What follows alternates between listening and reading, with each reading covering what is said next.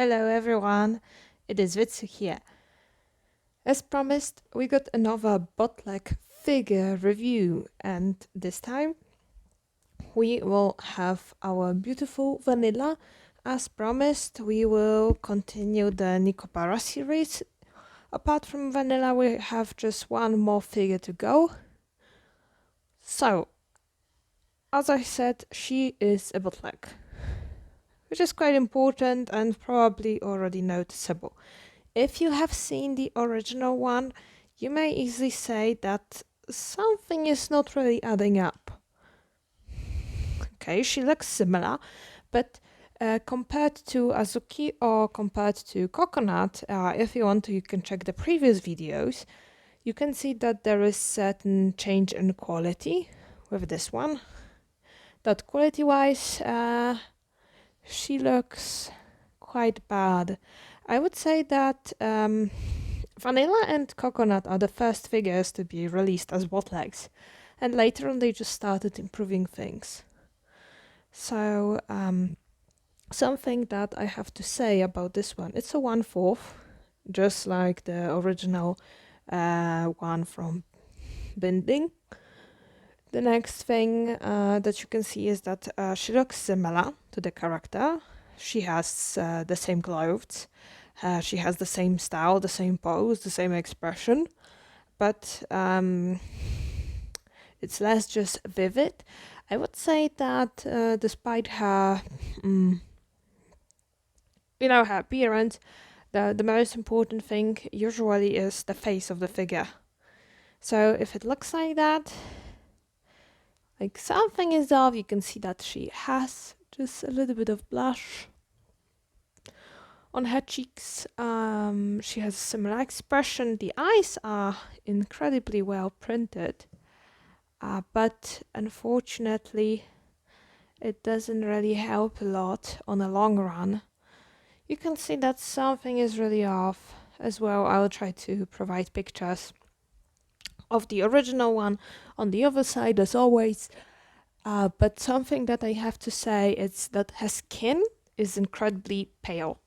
Like, not white, not in a positive meaning, but like kind of soulless, pretty much dead. So as you can see that her skin tone, like, it's kind of like dirty at the same time. I don't know if you are getting what I'm actually trying to say, but something seems off. Yeah. But the eyes are actually incredibly well printed. The same with the head sculpt is pretty much okay. The most important complaint, apart from the from the skin tone, is that unfortunately her mouth is not as in the original one, so it's just like a pink blob, and it's taking away a lot of charm from this figure. The same goes to her hairstyle, which mainly is very similar, but you can see that the shading is pretty bad. The same with the sculpture of it, or how it was made. Some chunky pieces. It's just kind of sad. But here you got this little detail, so as in the original one, you got the fluffy parts from her cat ears. So this is actually good. What else I have to say about this one? So starting from the most important things, again, all the pieces are attachable, just like in the original one. So if you have seen any videos of unboxing of the original figure, it's very similar. So you take off the legs, you take off the hands and everything, and then you place it back together. You dress her up. So in that case, they really did everything as in the original one. She has additional pair of pants, and she can be displayed somehow with them. What else? The boxes vary. As you know, Nekopara has beautiful boxes for their figures. In case of Binding, obviously, of this, let's say, line. But this one will have a pretty much basic box. Like, you can see that something is wrong just looking at it. Hopefully I will try to find a picture of her box but it's not going to look really pleasing. So, what else can I already say? I can tell you that okay, this one might be dramatical, but her parts are really easy to fall off. I don't want to move too much, but the same goes to her hair. So you can see that it's really delicate. So it's very easily movable. So when it comes to her ponytails, you simply need to attach them. But with this figure, the problem is that once you detach them, it's very difficult to keep them on, like in this position. So if you want to move this figure, you have to just hold her very tightly because the tails are going to, fall off pretty much. Yeah. So that's definitely disadvantage here. The same goes to her hands. The only pieces that are pretty stable here is head and legs. They just stay as they should. The same goes to her tail. So it's also like this possibility of falling. Next thing, shoes, since I have it here. Her shoes, okay, we got the beautiful paw, just like in the original one. We got also, can I make a sneaky shot from this side? We also got the ties, we got the shoes, so just very similar one to the original, but you can see that they aren't really shiny, especially in comparison to previous Azuki and to Coconut. The shoes are not shiny, and also it's a, let's say, way of measuring that she's not original one, not the original figure. I would say the same about her tights. So the tights of the original one look just better. You can see the quality just by looking at her. And with this one, you barely see any quality. Yeah.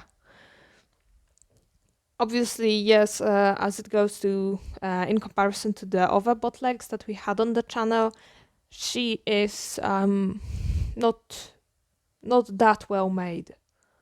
Not as good as the other ones. She's not really, deceiving. Erina was a quite well made bootleg. This one, unfortunately, not. So, the next thing, shading. Yes, you can see, as I also mentioned, that her face is very pale. The same goes to her legs, to the body. So it's very, very not well shaded. Also give you a different look from this side. You can see that the hair moved not really gracefully. It's also a good side to show you another problem of this figure, which is the pillow. So the original one has a better made pillow. The same will go to the episode of once we get the not coconut. The same goes to the episode of chocolate that will be there probably soon as well. So the pillow is not really well made. She's kind of getting sucked into it, yeah, like into a void. So in the original one, you can easily see that she's just sitting on it gracefully. So you still have a little bit of that pillow, and it's not really like a huge blob. She's actually sitting on it, and it keeps its own texture, so it looks like a chair. And here, just like an old beanbag. So, now, other side. Yes, as you can see, they did extremely well job when it comes to her maid costume. You get the little name tag, you get the little bell that rings, which is fantastic. So in that case, we can say that they did quite good job. Oh, I will try to. Oh, now you can see it. that these pieces are just falling off. So head, it's not really well shaded. Apart from white, we got some pink. It's probably not the very best thing to look at. Also, you got the zipper at the bag. You got the endings here, so she also has this,